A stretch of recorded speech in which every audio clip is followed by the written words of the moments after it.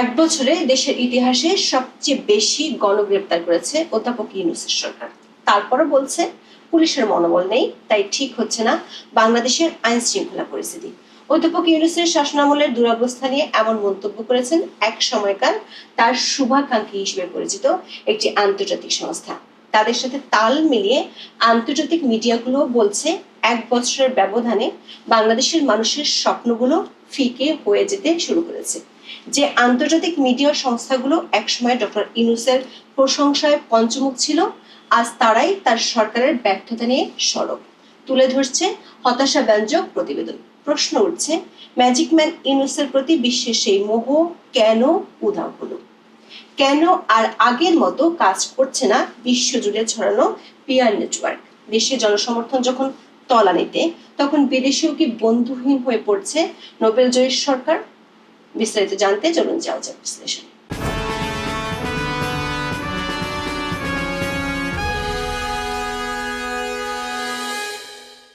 আকাশচুম্বী স্বপ্নপূরণের আশা দেখিয়ে 2024 সালের 8ই আগস্ট অন্তর্বর্তী সরকারের প্রধান হিসেবে শপথ নেন ডক্টর মোহাম্মদ ইউনূস। তবে এক বছর পার না হতেই আশার গুড় বালিতে ছেয়ে গেছে। শুধু দেশ নয়, বিদেশেও প্রশ্ন উঠছে অন্তর্বর্তী সরকারের সীমাহীন ব্যর্থতা নিয়ে। এক সময় সরকারের ঘনিষ্ঠরাই বিদেশি মিডিয়ার কাছে খোলাখুলি তুলে ধরছেন নিজেদের হতাশা। ডক্টর ইউনূসের সরকার নিয়ে উচ্ছ্বাস দেখানো আন্তর্জাতিক সংবাদ মাধ্যমে এখন বাজছে উল্টো সুর। সরকারের এক বছর পূর্তি নিয়ে বিবিসি ওয়ার্ল্ডে একটি বিশ্লেষণ ছাপা হয়েছে, যার নাম দিয়েছে jubilant since but bumpy roads ahead in post Hasina Bangladesh, যার অর্থ হলো উল্লাস মুখর দৃশ্য, তবে হাসিনা পরবর্তী বাংলাদেশের সামনে পথ কণ্ঠাকীর্ণ। এই প্রতিবেদনের পরতে পরতে রয়েছে গত এক বছরে সরকারের ব্যর্থতার খতিয়ান। এমনকি সরকার এক সময়কার ঘনিষ্ঠরাও অভিযোগ করছেন পরিস্থিতির উন্নতি হওয়ার বদলে আরো খারাপ হচ্ছে। প্রতিবেদনের শুরুতে একটি ছবি দিয়ে বলা হয়েছে, গত 12 মাসের চিত্র এই উল্লাসমুখর দৃশ্যের সঙ্গে পুরোপুরি মানানসই নয়। বিবিসির প্রতিবেদনে বলা হয়, শেখ হাসিনা সরকারের পতন ও নতুন ভবিষ্যতের প্রতিশ্রুতির বার্ষিকী উদযাপন করতে এই সপ্তাহে হাজারো মানুষ ঢাকার কেন্দ্রস্থলে জড়ো হয়েছিল।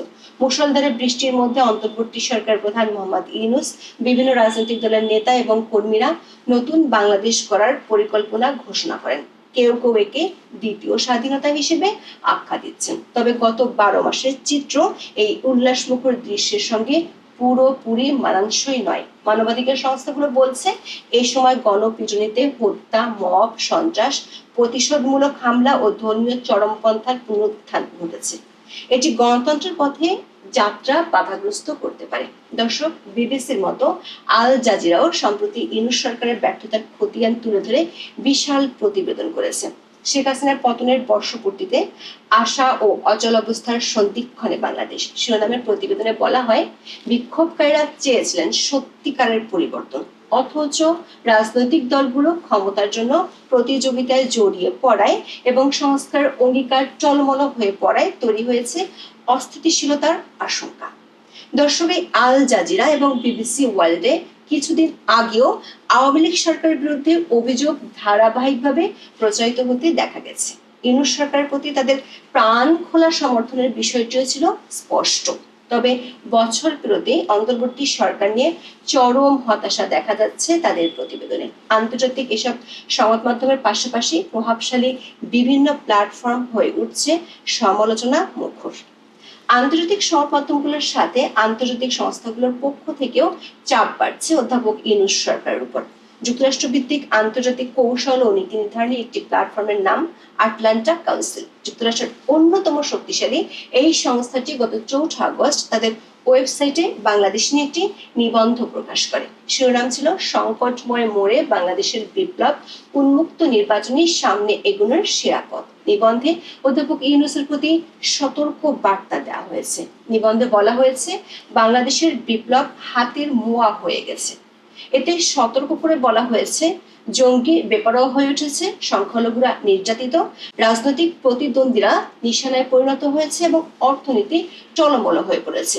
একটি অবাধ, সুষ্ঠু ও অন্তর্ভুক্তিমূলক নির্বাচন না হলে বাংলাদেশ গণতন্ত্রের দ্বারপ্রান্তে নয়, নৈরাজ্যের অতল গহ্বরে চলে যাবে। আটলান্টা কাউন্সিলের গভর্নিং বডিতে আছেন বিশ্বের বিভিন্ন দেশের সাবেক 10 জন রাষ্ট্র ও সরকার প্রধান, আছেন ন্যাটোর মতো প্রভাবশালী সংস্থাগুলোর সাবেক নীতি নির্ধারকরা, যারা এক সময় অধ্যাপক ইউনূসের প্রশংসা করতেন অবলীলায়। তারাই এখন বলছেন অধ্যাপক ইউনূস যে নির্বাচন করতে যাচ্ছে সেটি যেন এক পেশে না হয়, সব দলের অংশগ্রহণ তাতে নিশ্চিত করতে হবে।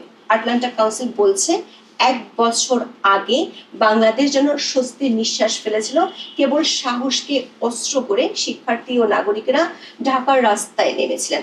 এক ঝড়ো বর্ষায় ভেসে গিয়েছিল প্রধানমন্ত্রী শেখ হাসিনার 15 বছরের শাসন। তবে বর্ষার জল এখন শুকিয়ে গেছে, উদযাপনের আড়ালে চুরি হয়ে গেছে বিপ্লব। দ্রুত একটি অবাধ, সুষ্ঠু ও অন্তর্ভুক্তিমূলক নির্বাচন না হলে অরাজকতার চরম পর্যায়ে চলে যাবে বাংলাদেশ। দর্শক, আন্তর্জাতিক মিডিয়া সংস্থাগুলোর সবচেয়ে বড় উদ্বেগগুলোর মধ্যে একটি হলো বাংলাদেশের ধর্মীয় চরমপন্থার ক্রমবর্ধমান প্রভাব। হাসিনার আমলে যারা কোণঠাসা ছিল তারা এখন সাহসী হয়ে উঠেছে। আটলান্টিক কাউন্সিলের নিবন্ধে উগ্রপন্থীদের পেছনে সরকারের প্রত্যক্ষ ও পরোক্ষ ইন্ধনের অভিযোগও তোলা হয়েছে। এতে লেখা হয় 2024 সালের 5ই আগস্ট শেখ হাসিনার পতনের পরপরই বিপদ সংকেত দৃশ্যমান হয়।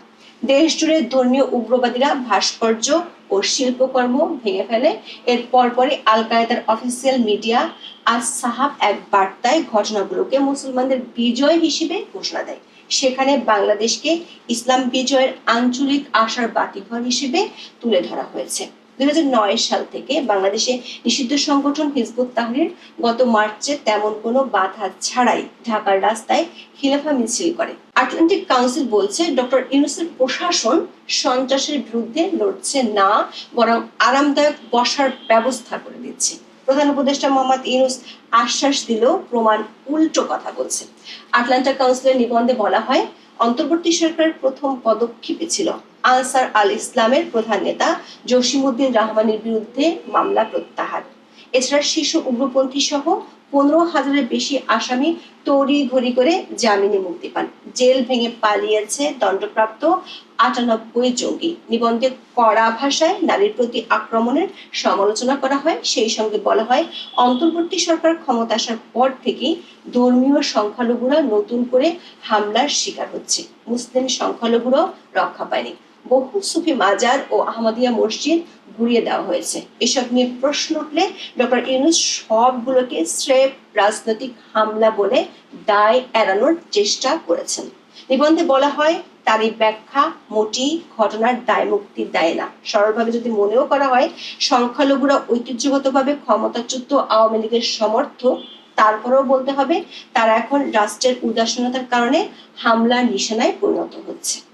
এতে বলা হয়, শেখ হাসিনার পতনের পর খুন ও সংশ্লিষ্ট অভিযোগে 3 লাখেরও বেশি মানুষের বিরুদ্ধে মামলা হয়েছে। সাংবাদিক, মানবাধিকার কর্মী, তারকা সহ সাবেক সরকারের ঘনিষ্ঠদের লক্ষ্য করেই মামলাগুলো সাজানোর অভিযোগ রয়েছে। আইন শৃঙ্খলা পরিস্থিতি ভয়াবহভাবে অবনতি দৃশ্যমান। সর্বোচ্চ অপরাধ, রাস্তায় দাপিয়ে বেড়াচ্ছে জনতা। অন্তর্বর্তী সরকার দায়িত্ব নেওয়ার পর থেকে পিটিয়ে হত্যার 179টি ঘটনা ঘটেছে।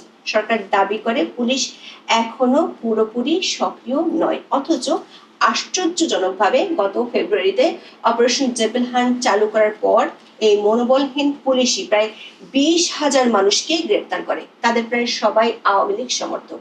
মে মাসে এই সংখ্যা বেড়ে দাঁড়ায় 48,400 জনে। এটি সম্ভবত দেশের ইতিহাসে সবচেয়ে বড় গণগ্রেপ্তার।